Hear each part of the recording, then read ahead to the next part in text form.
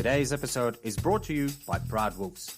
It is Proud Wolves' mission to build stronger local communities by using global systems. Our main focus is the integration of children in the local community to boost their sense of purpose and belonging and reduce mental health issues and suicide rates. We want to make sure that children all over the world have free access to cultural activities and sport. Proud Wolves helps organizations to change their income models and stops them relying on membership fees for children. Find Proud Wolves on Google for more information. Now, get ready for your All-NBA Team of the Week.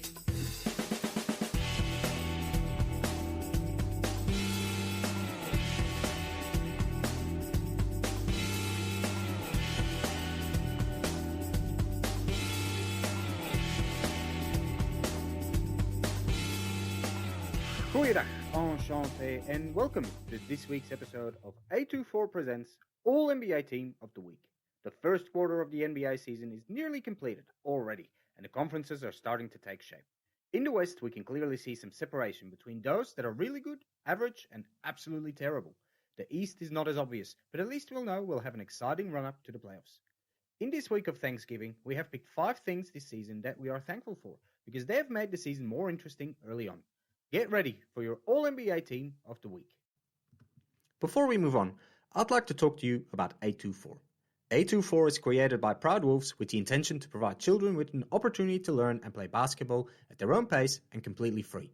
We have created different courses which are available on the website to improve their basketball skills. But our real mission is to help disadvantaged children by building and upgrading basketball courts around the world and supply them with basketball gear to play with. Come and find our website and grab a t-shirt to support the course. Now, let's get back to the show. Pick one! Our first pick of the week is the rule changes. Stepping away from always favoring the offensive player has massively improved the quality of the product. Adam Silver and the NBA can pat themselves on the back for this one. By not favoring foul-hunting stars, they have completely changed the game. Guys are no longer jumping into each other when they can't get an easy shot off, and it took away a lot of frustration for defenders and opposing fans. Obviously, the likes of James Harden and Trae Young were not happy with the change, but after a couple of weeks, they were able to adjust their moves as well and are performing at the top of their game. The biggest result of the changes we can see in the total length of the game. In earlier season, the average game could last somewhere between 2 to 3 hours, but this year, we have seen games finish up in under 2 hours. The speed of the game makes it more appealing for general fans because, let's face it, who wants to watch a 3-hour Minnesota OKC game on an average Tuesday night? Knowing that it'll wrap up in a couple of hours makes it a lot more bearable to change the channel. However, it will be important for the league to keep their referees under control, because the last thing anyone wants is to completely swing back to the way things were in the 90s. Don't get me wrong, I started watching basketball in the 90s, and some of my best basketball memories happened in the 90s. But I believe that we need to find a balance between Jordan rules and the Harden foul. Right now, we seem to have found that balance, so let's try to keep it this way. Pick two! Our second pick of the week is the strength of the Eastern Conference teams. Basically, there are 13 teams in the East that have a shot at qualifying for the playoffs. 13! That's unseen! Granted, not all 13 will be able to keep this fight up to the end, especially when these teams, like Cleveland, get hit by injuries. But for now, it is very interesting to follow along. Right now, the Nets sit on top of the ladder, and that's no surprise. They had a bit of a rough start to the season, but once Harden found his feet, they quickly turned that around. The Nets are followed closely by the Bulls and the Heat, 2 teams that improved themselves in free agency. I expected Miami to be high, but the Bulls are a surprise so far. You would expect these 3 teams to be well in front of the rest based on their performance so far this season, but they're not. Between the Nets and the number 13, the Pacers, are only 6 games. One bad week for any of these teams, and you'll find yourself in playoff territory. And we still have a lot of regular season left to go, so a lot can happen. Ask the Bucks, who started the season with plenty of injuries and have been playing catch-up ever since. Or the Sixers, who led the league until COVID ripped through their roster and they almost had to play with their G League team. The Hawks started slower than expected and are on the rise as well, winning 7 in a row now. That leaves us with some of the surprises, like the Hornets and the Wizards. Both teams still sit in the top 6, but who knows if they can hold on. The Cavs started the season really well, but have dropped back a fair bit now. The Knicks are disappointing, at least their starters are. The Celtics have another level they could go, and the Pacers are not quite there where they need to be. And finally, the Raptors are outperforming my expectations. Any of these teams can still make it to the playoffs. Any of these teams could drop out into the playing game spots. The East is loaded this season, and it's fantastic to watch. Pick 3. Our third pick of the week is Steph Curry and the Warriors. To me, the Warriors are the surprise of the season. I expected them to be better than last year, but to lead the entire league after a quarter of a season, I didn't expect that. Yes, people point at the amount of home versus road games and the quality of the schedule, but the reality is that the Warriors will only get better this season. At least that was my prediction at the start of the season. Slowly build towards a lethal playoff team. This team is already lethal, and Clay still needs to come back. And it's not just the return of Clay. This team has a lot of assets they could use to make some moves before the trade deadline if they would choose to.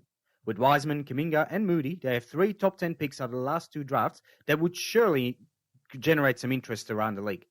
They have veteran role players that have shown the league they are not finished yet, like Otto Porter Jr. and Nemanja Bjelica.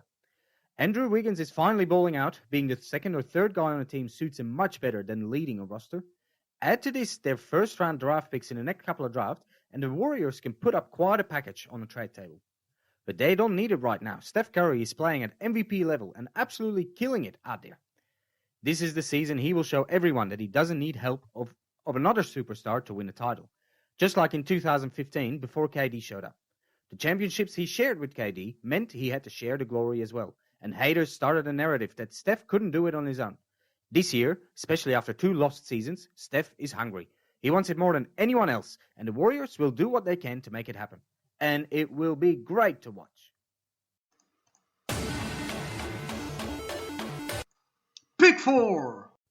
Our fourth pick of the week are the struggling contenders. The Nets took a while to get going, the Bucks are still playing catch-up, the Suns were 1-3 before winning 15 games in a row, the Sixers and the Nuggets are plummeting in the standings due to COVID woes and injuries, but most of all, the Lakers are really struggling to turn it on.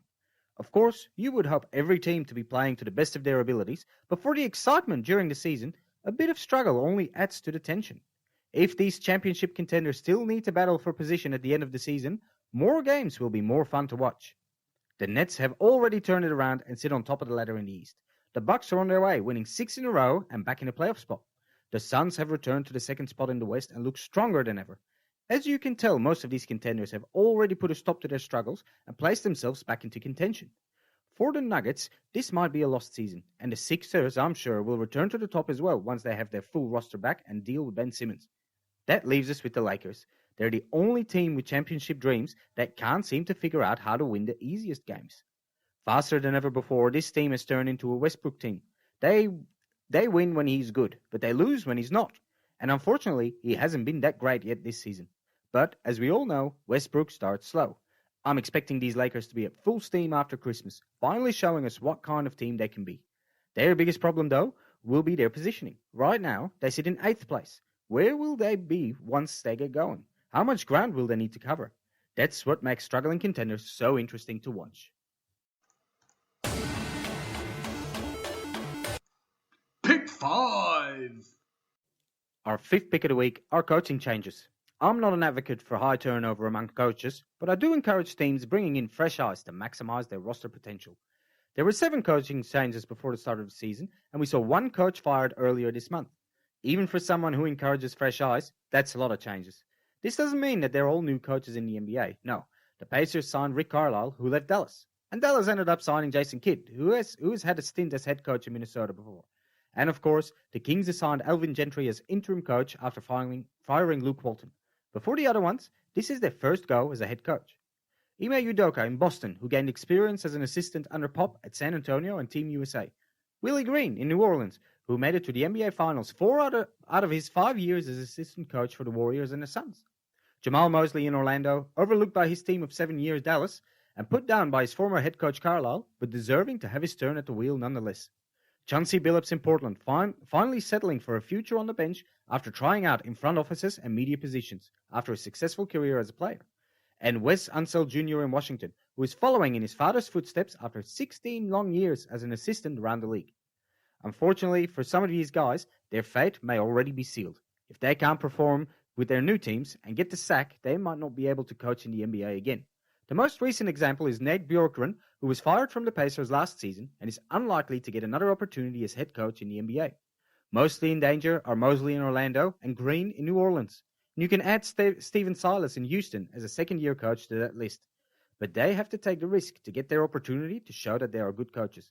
As long as we get to see good basketball coming out of those places, we know the coach is not the problem, and it only contributes to the excitement around the league.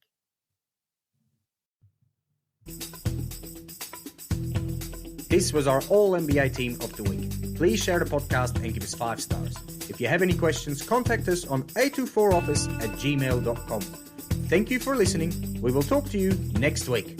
Ballers out.